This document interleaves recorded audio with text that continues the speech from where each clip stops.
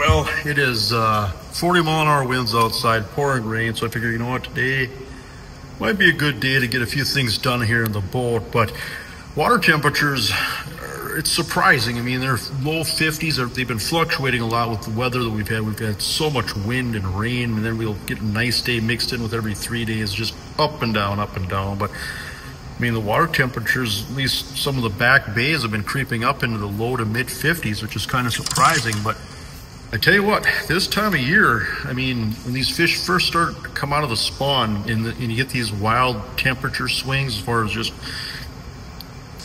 inconsistent weather that just keeps hitting you here in early May, I'm a big fan of using slip bobbers. Now, there's, I guess, maybe a misconception, if you will, where a lot of walleye anglers think like there's a seasonal calendar pattern to follow with live bait, in the sense that, you know, in the spring or when the water's cold, you're supposed to use minnows, and then people say when the water warms up a little more around Memorial Day, then you switch over to night crawlers, and then later on in the summer use leeches.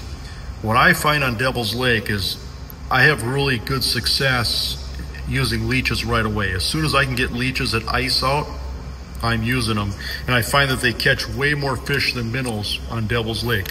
And couple of things to think about too is that, you know, I mean, you can catch walleyes on minnows on Devil's Lake, don't get me wrong, in the spring, but you're also going to catch a lot of pike. And so I find that when you're using leeches, you don't catch as many white bass. You're still going to catch some pike, but there's just something about a leech swimming with a walleye that's just being reluctant, you know, as far as fish that just doesn't want to chase. When they won't hit a leech on a plain hook anymore, that leech is just squirming.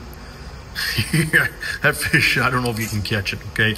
Now, why the plain hook? What I find is one of the best things to do when the water's still cold, you know, I'm talking less than 60 degrees, is just hook that leech once, wacky rig style, and then that leech can just swim on that plain hook, okay? Where sometimes you put them on a jig head, they're gonna wrap around the line, wrap around the jig head. Hook that leech once, when you're fishing in cold water, that'll keep that leech swimming, it won't ball up so much, and it's deadly.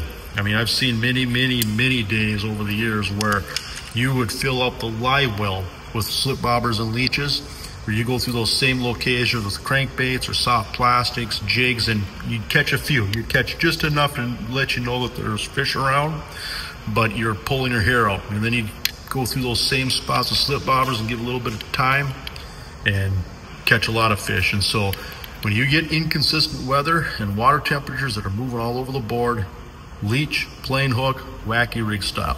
One final thing, as far as the rod, reel, line setup, I mean, again, this isn't a sensitivity issue. You're watching the bobber go on it, okay? So, you know, the best rod in your boat does not have to be your slip bobber rod by any means. You just need a rod with the right action.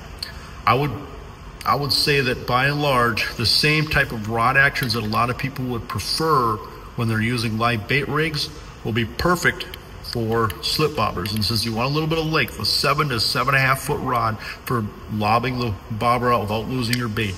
You also want that length for setting the hook. Okay, so I would say a 7 to 7.5 foot rod that's maybe a medium to medium light, moderate action. That's all you need for slip bobbers. This here is the walleye series here, which comes in the Scheels Outfitter lineup, which again, if you're looking for rods, if you're looking for gear to get ready for this spring, make sure you check out the Scheels spring sale. That's going to be going on here till May 4th. So we've got a few more days here, but just a great rod action for just slip bobbers, live bait rigs. I use these rods here a lot. So here's a little tip here. You know, using slip bobbers, I think this is going to make a difference here if you haven't used slip bobbers a lot. When that bobber goes under, set the hook with the reel, okay? What I mean by that is, you know, just say if you have the rod at, say, just a 45-degree angle, you just crank on that reel handle as fast as you can, and you'll just see that rod tip starts to load. Because what happens is you've got the fish, you've got the bobber, and you've got the rod tip.